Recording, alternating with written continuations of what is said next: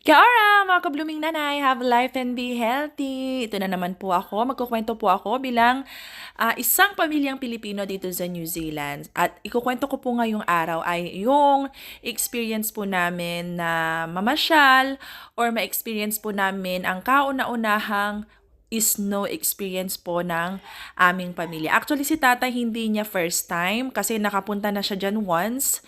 Pero hindi niya inikot yung buong Mount Ruapiho kasi sabi niya pag pupunta daw siya doon ay dapat kasama na kami. At this time, praise to God, glory to God, na natupad yung wish niya na makapunta kami dyan kasama ng kanyang mga anak.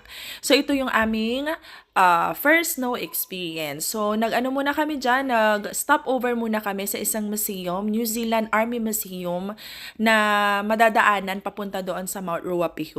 Actually po dito po sa New Zealand, dalawa pong pulo ang New Zealand, ang North at saka South Island. At nandito po kami sa North Island. Dito sa North Island ay mangilan-ngilan lamang po yung mga lugar kung saan nag-snow at ito yung mga matataas na lugar. Dito sa area namin, sa Palmerston, North New Zealand ay hindi nag-snow. So, kailangan pa namin dumayo sa ibang lugar. It takes 2.5 hours para makarating kami dyan sa may snow para ma-experience lang namin ang snow. Unlike po doon sa South Island na karamihan ng mga lugar doon ay talagang nag-snow. Diba? Nakaka-amaze na iisang bansa pero hindi lahat ng lugar ay nag-i-snow. Okay, so yun po. Sa South Island, madalas halos lahat ng lugar ata doon ay nag-snow.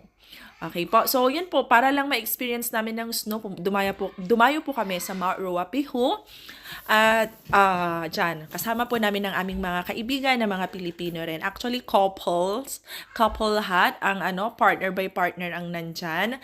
At yan ay mga katrabaho po ng aking asawa. At glory to God din, ay nadala din nila ang kanilang mga kani-kanilang partner. Ayan po yung bagong partner dito. Ayan, ang bagong kaibigan ko na galing Japan yung babae. Nakuha ng kaibigan ng asawa ko, yung partner niyang babae na galing sa Japan. Ayan. So, nung una, pagbungad namin dyan, sa bungad pa lang ng Mount Ruapiho, makikita niyo po yung parang mahabang puti na yan. Snow po yan, pero inayos lang para magkaroon ng, hindi ko alam kung anong tawag laro dyan, skating ba yan? I'm not so familiar. Basta meron silang tungkod, tapos nag-slide sila, ganon. Pero hindi po namin yan ginawa dahil hindi muna po pwede yung mga adjunakis ko sa extreme activities. Hindi ko alam kung ano yung tawag dyan sa laro na yan eh. Or activity na yan. Sorry guys. Pero alam ko pag napanood nyo tong video, alam ko na alam nyo kung ano yan. Basta skating, gano'n ang alam ko. So, bago kami umakyat doon sa pinakatuktok ng bundok, ay picture-picture muna kami bago kami pumasok sa entrance. Kasi sasakay kami ng, ano ba tawag doon? Cable car. Yan is Wakapapa. Okay, so sasakay kami ng cable car para makarating kami doon sa pinakataas ng bundok para maranasan namin ang snowfields. Kasi sabi ng asawa ko, kasi spring na actually, pabukas na ang spring. So kung nagpunta sana kami dyan ng mga around June, or July, or August, June, July, August, malamang dyan pa lang sa paanan ng bundok, doon pa lang sa paanan na, paakyat pa lang ng bundok, ay may snow na. Kahit hindi ka na umakyat doon sa tuktok, doon pa lang sa paanan ay meron na. Pero dahil nga spring na nung nagpunta kami, magbubukas ang spring, ay yung paanan talaga ay tunaw na, mamasa-masa na yung mga lupa at wala nang puro tubig na yung makikita mo doon sa paanan niya, paanan ng bundok. So, kailangan namin talaga umakyat at sumakay dyan sa cable car na yan para makarating kami doon sa pinakatuktok na experience namin ang snow.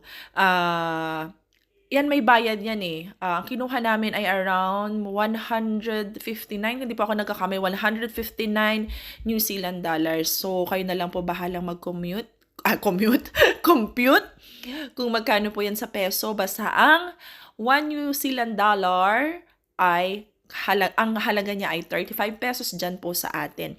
Huwag po kayong mag-alala mga ka-blooming nanay dahil dito po sa New Zealand, sobrang konti lang po ang mga pasyalan na may bayad.